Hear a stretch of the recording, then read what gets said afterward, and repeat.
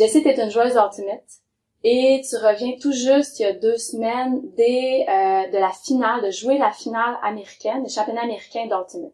T'es probablement une des joueuses les plus décorées au Canada. Donc, t'as remporté 5 médailles au championnat canadien, dont une d'or, et 4 médailles sur la scène internationale, dont une d'or aussi au Japon, je crois. Ouais. Donc, tu es championne du monde avec l'équipe Canada mixte. Ouais. Bravo. Merci. On dit souvent en préparation mentale qu'une routine d'avant-match, ça va t'aider à te sentir en confiance. Ça va t'aider à avoir le bon état d'esprit pour arriver en compétition prête.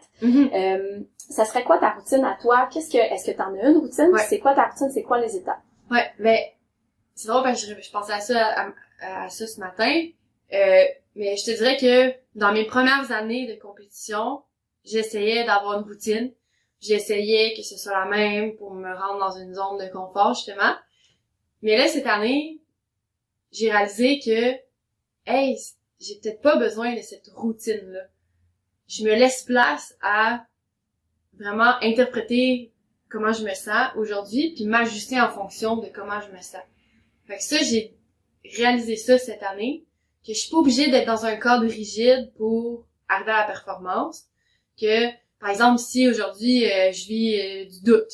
Bon, ben, ok, je vis du doute, ben, je vais passer un petit temps à réfléchir à ça, puis mais c'est pas grave que, je donne juste l'exemple, avant, bon, mais j'écoutais de la musique pendant, je sais pas moi, 15 minutes, après ça, je faisais ça, si c'était tout bien défini, tandis que cette année, j'ai réalisé que, hey, j'ai plus besoin de tout ça.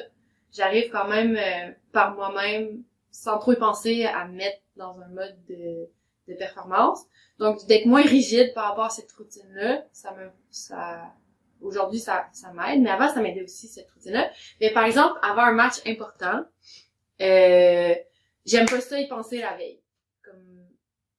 Parce que ça me stresse trop, puis c'est trop long avant que ça arrive, puis je me dis, mon Dieu, j'ai encore 12 heures à penser à ça, je vais pas y penser.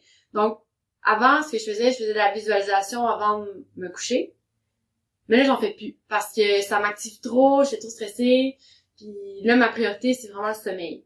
Avant un gros match. Peu importe ce que je vais faire, je vais me distraire, je vais écouter une émission, un podcast, parler avec mes coéquipières, mais je veux juste pas y penser pour m'assurer d'être relax puis bien dormir.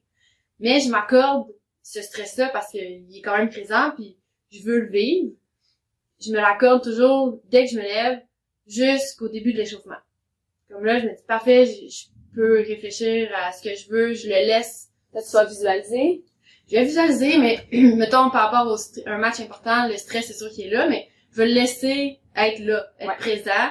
Puis, je te dirais que ces moments-là sont pas tout le temps le fun, dans le sens que, dans l'auto, je suis plus sûre que je vais y aller, là, je veux plus jouer, ça me tente plus, puis, mais je me permets de le vivre là. T'essayes pas de l'éviter, ou t'essayes pas de le cacher, ou parce que je me dis, si je le vis là, ben, il va pas apparaître durant le match. Parce que j'ai donné de l'importance à ce moment-là, puis c'est un bon moment pour moi pour le faire du matin jusqu'au début de l'échauffement.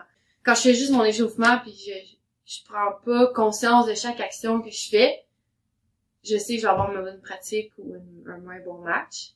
Tandis que quand je suis dans mon échauffement puis là, parfait, on fait des skips, ben je vais vraiment être concentrée sur mes skips puis le vivre à fond mon skip. Fait que quand je me mets dans ce mode-là dès l'échauffement, ben ça m'aide vraiment pour la suite. Donc d'être vraiment dans ton corps, d'être vraiment dans le moment présent, ce qui se passe sans avoir pensé à autre chose. J'ai commencé à faire de la visualisation pendant mon échauffement. Fait que mettons, je fais mes mouvements, je suis concentrée et tout, mais j'essaie je me visualise. Mettons que je regarde l'équipe adverse, je vais jouer contre Fury par exemple.